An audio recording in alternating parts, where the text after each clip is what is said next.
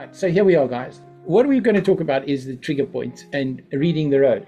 Now, what I've said in previous webinars, the road language is really important. Seeing the signs and understanding what they mean is language.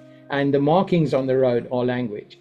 An awareness of road language goes a very long way in helping you to get ready for your driving test. And that awareness specifically needs to be trained in because it is very different in the UK to what it is to the rest of the world.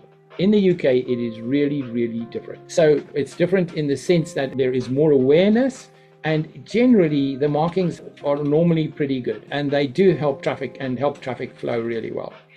Okay, so what we are talking about this evening is this trigger points and reading the road. Now, can you tell me in your own mind, who has actually experienced this thing where they see something and then by the time they've worked out what they are going to do or don't know or they panic, then it's too late and it's already created a hazard and they're in the wrong position? Does that happen? Yeah, there are a lot of people here. And there are some people saying no as well, which means that they are perfect drivers. That is amazing. So what we are getting is, that's the thing. When something happens, sometimes we see something, and the problem is we are not understanding what that actual, say, piece of road furniture or that sign really means. We need to have a really good background as to what that sign means. Then that sign or that marking needs to trigger a process for us, okay? And when we set that up, when you start thinking about it and you set it up in that way in your driving, you create really safe hazards. So why trigger points matter? Without triggers, you're forced to think from scratch every time. You have to revise rules under pressure, and you've got hesitation and late reactions.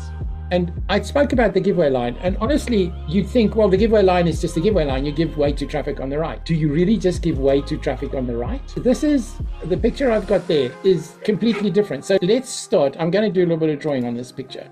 So I'm just talking triggers, right? So let's assume you're here. You're at the beginning of this driving position here. Okay, so you are here. Now, if your trigger mechanism is, okay, is this like a people creep situation? Or is this, let's say you're turning left, which is the simplest way to go on a giveaway line. Then your immediate reaction should be, okay, what does this junction look like? So when you're at this point number one, approaching the junction, then you should be thinking in your mind, am I going to have a lot of visibility here, or am I going to have no visibility? And you need to be looking at the road as well to see if you can position yourself like this cyclist has on the left-hand side. Because sometimes these roads don't have a nice bell mouth like this, and you only get a very tight corner like that. So sometimes it's like that. So these are mechanisms you need to put in place to evaluate what you're about to do, so that you know what you are approaching, so that you've got a process. Now, in the case that you're going to be turning left here, first of all, where am I going to position? Really good.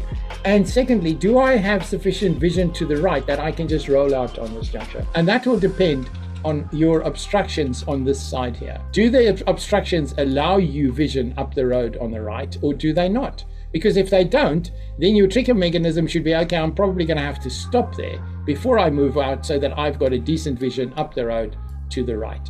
Once you've got that in place, then you know that's now a trigger mechanism.